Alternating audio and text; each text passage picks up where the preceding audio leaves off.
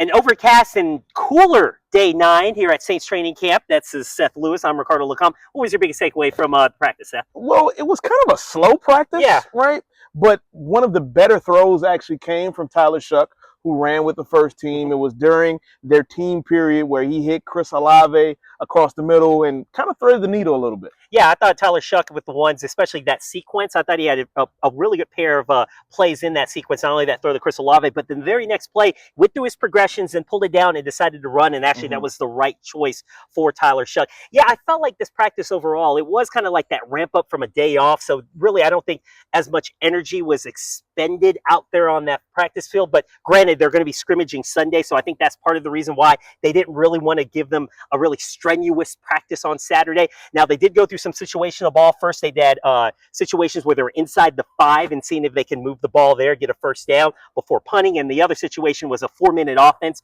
starting around midfield. Defense was responsible of trying to stop the offense. Offense was looking to pick up a first down. So a lot of situational football, and that's kind of what Kellen Moore wants to do, particularly with Tyler Shough, is get him in those situational things where he's making decisions and get him more exposed to those things rather than just going through scripted plays. Yeah, now, as far as after practice, some of the more interesting things, Jonas Sanker was joined by a couple special guests, a couple safeties in Julian Blackman and Justin Reed. And then we also found out that Zach Wood, the long snapper, is no longer the worst player in Madden.